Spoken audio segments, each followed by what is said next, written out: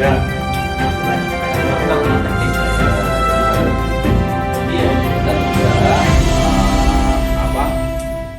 Assalamualaikum warahmatullahi wabarakatuh. Kembali di Bintang Bincang Atlet Kota Semarang. Salam olahraga. Jaya! Nah, keren. Teman-teman semua, sahabat, hari ini kita kedatangan dua tamu yang menurut saya levelnya itu udah nggak level nasional lagi, levelnya udah internasional. Pertama ada Mas Dery Darmansyah Maulana. Mas Dery, beliau ini lahir di Semarang tahun 80, tinggi 175, berat 75. Dan beliau ini atlet taekwondo. Mas Dery ini luar biasanya adalah, saya kenal Mas Dery cukup lama ya, tapi saya baru tahu kalau beliau ini ternyata prestasinya nggak main-main. Yang pasti yang paling keren ini pernah menyabet SEA Games Malaysia 2021 emas. Apalagi nih SEA Games, Vietnam juga dapat emas juga Mas di Vietnam ya. Wah, terus di Korea Open di Chuncheon di 2005 dapat emas juga. Terus terakhir Porprov Solo di emas juga 2029. Dan pernah bertanding di Asian Taekwondo Federation Kamboja 2019 dapat perak. Wah, keren. Walaupun beliau ini prestasinya kelas internasional, tapi sama istrinya sangat hormat. Luar biasa. Saya bilang hormat, tidak.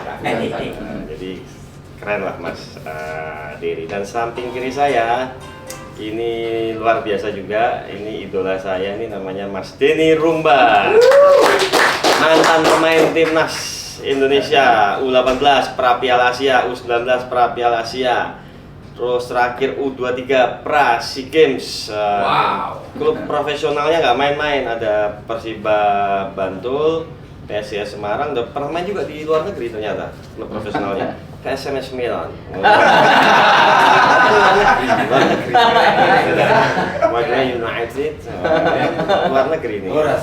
Persema Pamekasan, PSS Sleman, dan Persiku Kudus itu pernah juga Mas ya.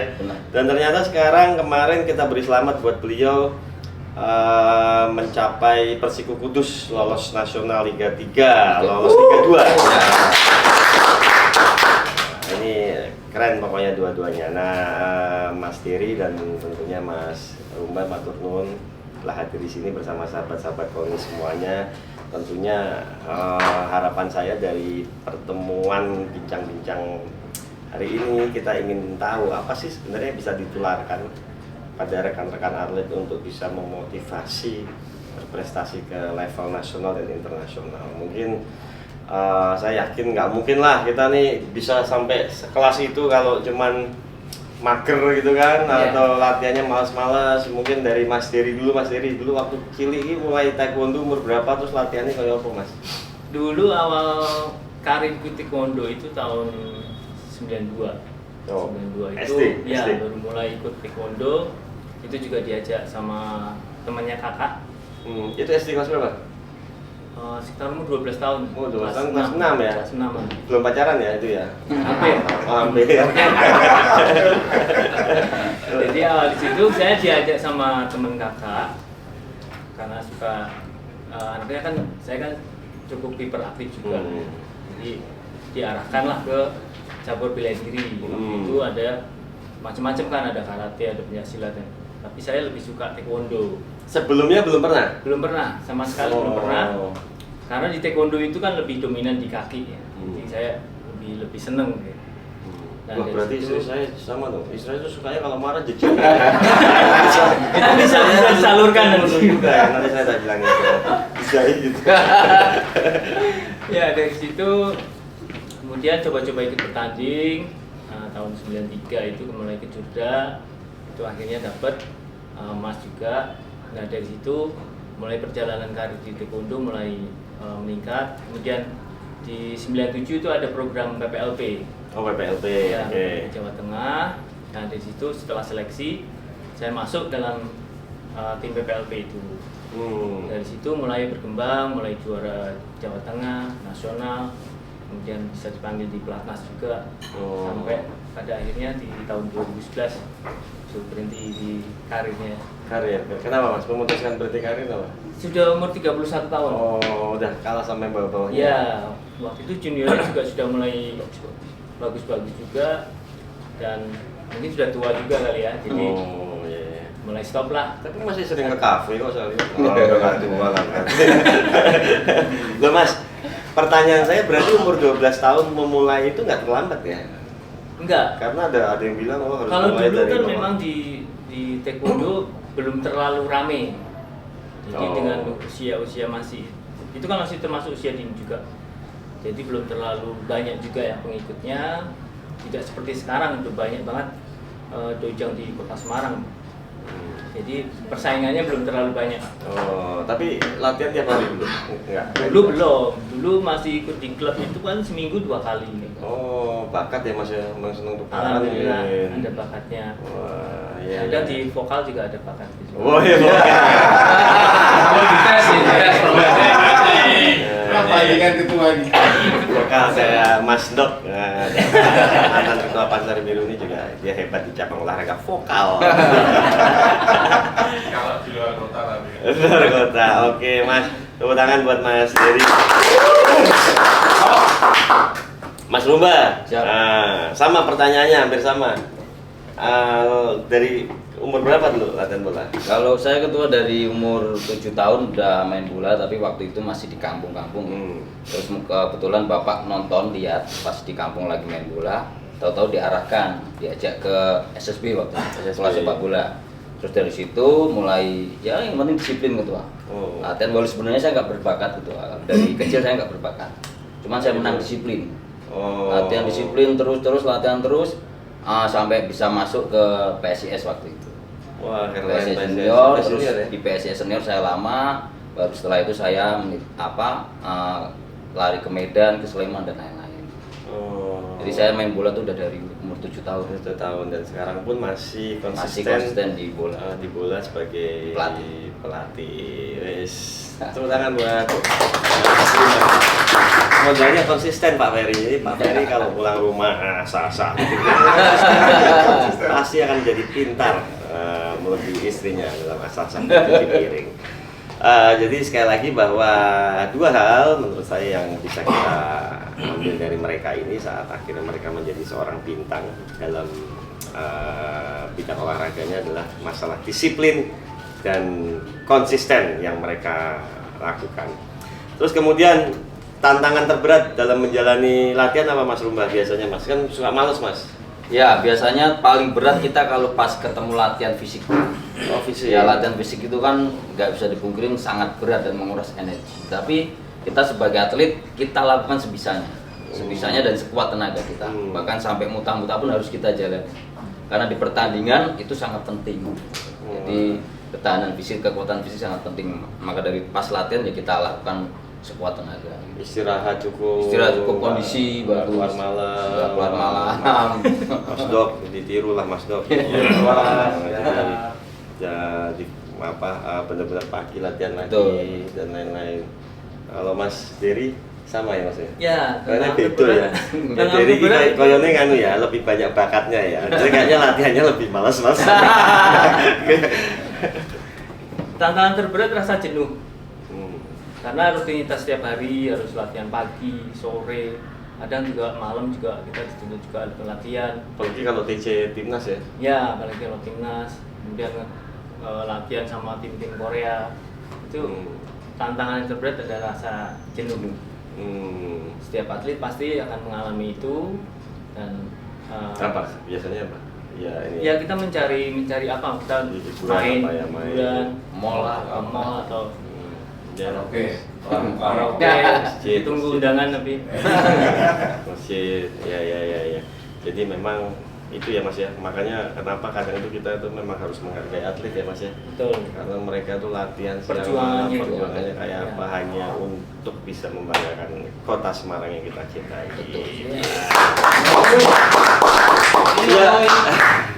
Sudah berumah tangga Mas Dery? Sudah. Oh, anak-anak ada yang mengikuti Tiga. bakatnya Mas Dery?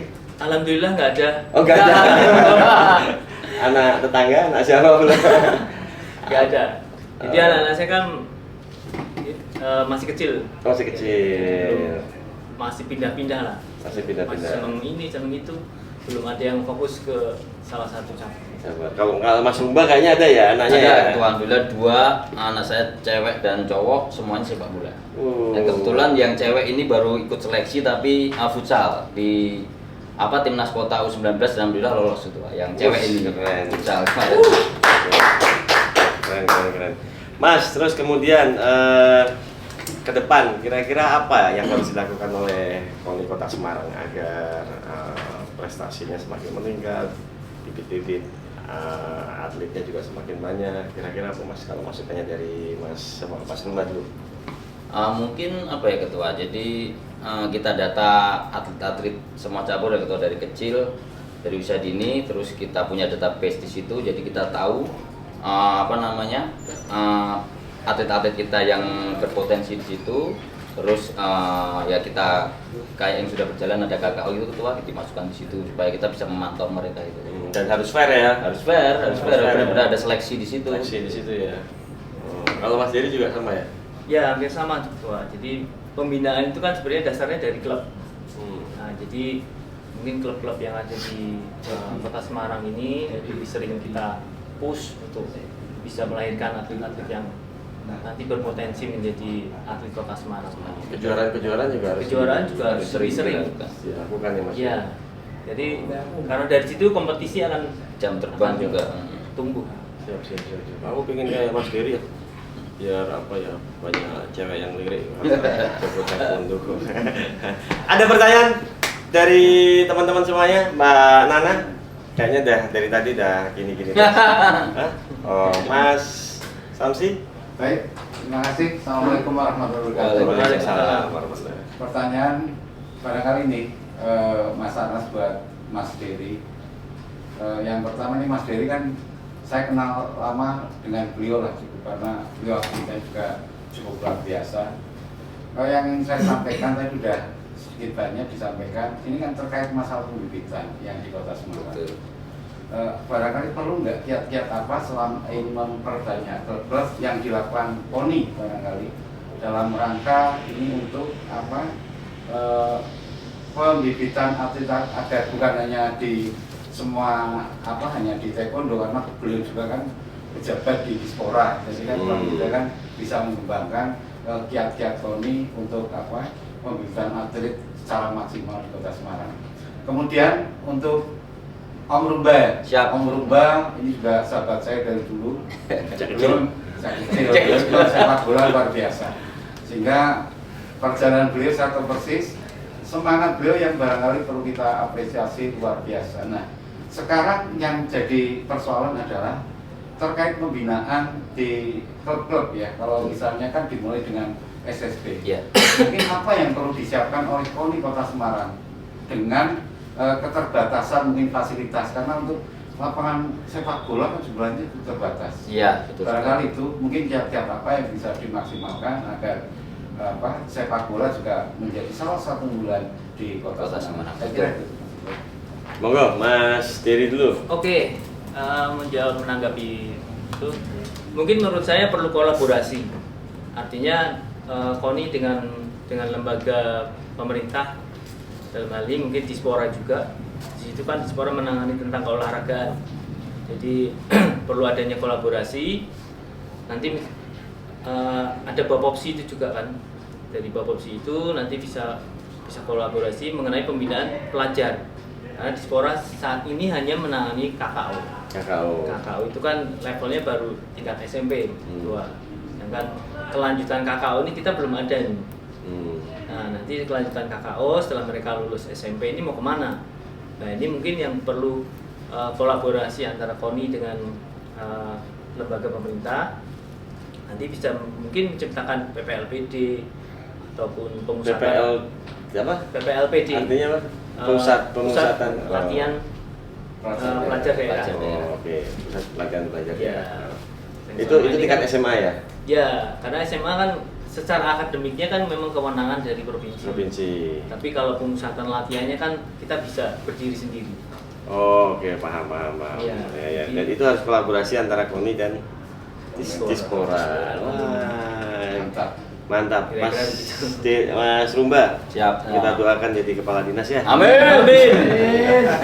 Mas Rumba. Siap mungkin dari cabur sepak bola Pak Nur. Jadi betul apa yang disampaikan Pak Nur tadi. Jadi fasilitas ya, mungkin fasilitas penunjang latihan itu harus sebenarnya di Semarang itu udah banyak lapangan sepak bola. Cuman yang jadi kendala adalah dari segi kelayakan.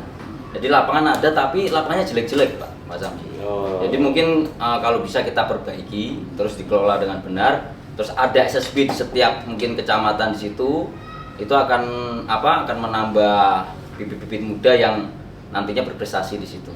Terus mungkin di Kota Semarang ini kan belum ada KKO khusus sepak bola, belum ada ketua. Mungkin kalau bisa ke depan ada seperti itu lebih baik gitu Pak. Jadi cabur sepak bola mungkin. Ya insya Allah ya Pak Nur ya. Kita doakan Mas Rumba jadi wali kota ya. Tepuk tangan dulu buat Mas Rumba dan Mas Rumba. Pertanyaan terakhir dari penonton. Oke, kamu nanya terus nih dari tadi. Dapat bonus. Untuk dua narasumber ini, apakah jalur olahraga ini sudah bisa menjadi profesi atau jalan hidup untuk jadi tidak hanya memberikan kebanggaan, tapi apakah pilihan olahraga ini sudah bisa menjadi jalan hidup untuk apalagi sudah berumah tangga, ada punya anak dan istri, kira-kira seperti itu. Sopo? Mungkin saya dulu ya. Aku dulu aja ya. Aku dulu aja lah.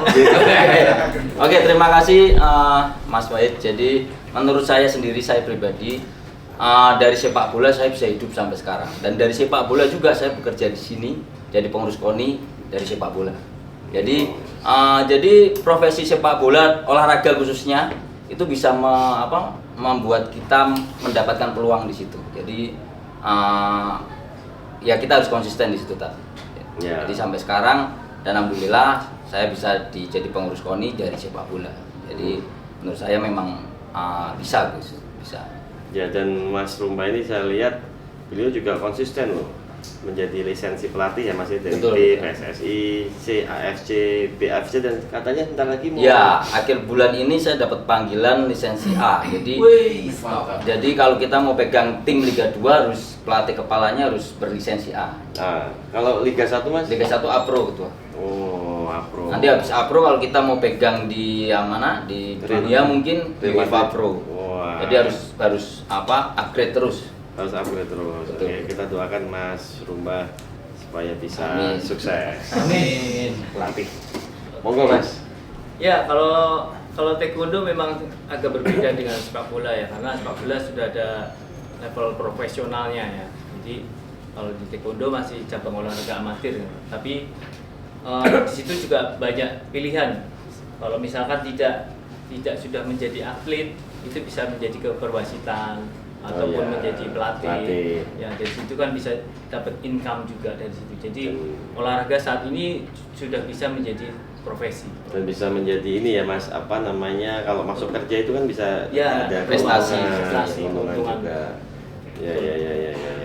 Oke, itu jawaban dari mereka Mas Wahid. Puas ya Mas ya? Ya. Nanti kalau nggak puas ya dimaafkan lah, selesaikan di luar. Sikat nanti sama Mas Neri kalau nggak puas.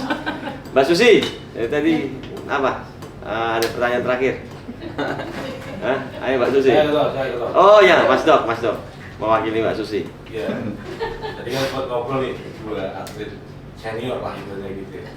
Itu kan dalam menjaga konsistensi itu kan perlu cara.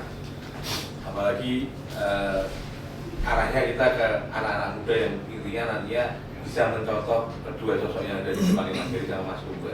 Nah itu cara menjaganya seperti apa? Apakah minum jamu kuat, kuat kan dulu kita nggak tahu. Karena konsisten itu kan macam-macam, sabar, latihan bisa, atau ada doping alami, harus ngapain badan yang kuat, atau nyanyi mungkin. Tapi yang tahu nih, kiat-kiat konsistennya beliau-beliau itu suaranya Pak Dok. Monggo Mas, tapi benar Mas, itu yang menjadi pertanyaan saya. Apa ya kok bisa apa ya konsisten Konsisten. gitu loh, Ya. maksudnya apa mas? Apa memang Jadi- karena hobi atau karena apa? Kan kadang-kadang ada rasa malesnya. Tadi kan kalau hiburan, tapi yakin lah nggak gampang lah kayak gitu. Ya memang paling susah itu menjaga konsisten. Jadi mungkin kiatnya kita harus suka dulu. Oh, suka. Dulu. Jadi kalau kita suka apapun, walaupun kita dalam keadaan capek, keadaan lelah atau apapun, kalau kita menyukai bidang kita, tentunya kita akan terus berusaha untuk lebih dari situ. Nah mas, kalau pernah nggak dalam pertandingan kalah gitu terus kecewa gitu? Kalau kecewa sudah pasti. Pasti. Ada. Apalagi kan kalau nggak salah taekwondo itu kan pernah juga kan dikalahkan oleh wasit misalnya. Ya, ada Ada faktor ya? non teknis lah ya. Nah itu gimana? Mas? Jadi ya itu kembali lagi motivasi kita, kalau kita kalah kita harus give up, kita harus bangkit kembali. Ya. Karena pertandingan di depan juga masih ada, kesempatan yang lain juga masih ada. Jadi itulah yang harus termotivasi dari kita. Luar biasa, tepuk tangan dulu Mas. Mas Rumba.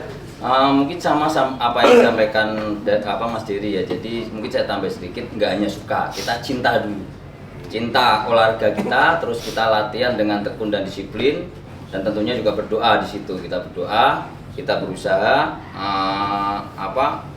dan disiplin ya yang utama, ketua disiplin agar kita bisa konsisten di situ. Dan juga mungkin kita perlu banyak vitamin. Kalau kita latihan keras, kondisi harus dijaga gitu, dan vitamin juga harus dijaga. Jamu Mas Dok.